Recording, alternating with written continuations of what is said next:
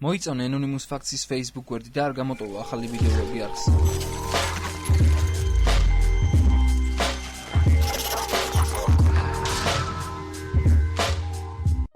მოგესალმებით მეგობრებო, Anonymous Facts-ი კვლავ თქვენთან არის. დღეს მინდა წარმოგიდგინოთ მსოფლიოს ორი ყველაზე ჭკვიანი ადამიანი.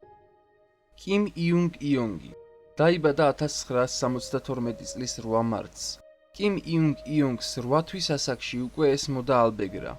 2 წლის ასაკში კიმმა 4 ენა იცოდა სრულყოფილად. მან 4 წლის ასაკიდან დაიწყო უნივერსიტეტში დასწრება და დაამთავრა 15 წლის ასაკში. მაგრამ იუნგ იონგი არა მარტო ჭკუის კოლოფაა, ასევე იგი დაჯილდოებულია პოეზიისა და მხატვრობის ნიჭითაც. დღესდღეობით კიმი სამხრეთ კორეაში ცხოვრობს. მას ჯერ კიდევ აქვს შანსი გააკეთოს ისეთი რაღაცეები, რაც მას ცხოვრებაში არ გაუკეთებია. მისი IQ შეადგენს 200-ს. ამ კაცის ისტორია შეიძლება ბევრისთვის დაუჯერებელი იყოს, მაგრამ ეს ადამიანი ნამდვილად არსებობდა. უილიამ ჯეის სიდისი დაიბადა 1898 წლის 1 აპრილს ქალაქ ნიუ-იორკში. ეს იყო უკრაინიდან ემიგრირებული ებრაელების შვილი. სიდისის მშობლები იყვნენ გამოჩენილი მეცნიერები ამერიკის ისტორიაში. მამა ჰარვარდის უნივერსიტეტში ასწავლიდა ფსიქიატრიას და ფსიქოლოგიას. დედა კი ბოსტონის სამედიცინო უნივერსიტეტში. მშობლებმა გადაწყვიტეს თავისი შვილი გენიოსი გაეზარდათ და დაიწყეს მისი თავისებური ზრდა, რაზეც ბევრი აკრიტიკებდა. სიდისმა იცოდა 40 ენა, ასევე მან შექმნა თავისი ხელოვნური ენა.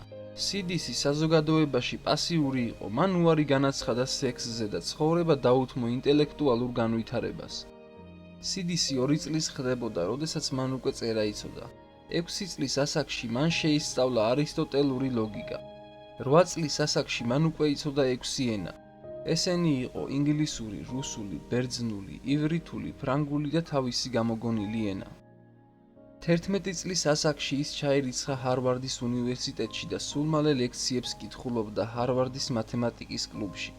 მან ჰარვარდი დაამთავრა ფრიადზე 16 წლის ასაკში. სიდისი შეფასებულია ისტორიაში ყველაზე ნიჭიერ ადამიანად. ის გარდაიცვალა ტვინში სისხლის ჩაქცევის დიაგნოზით.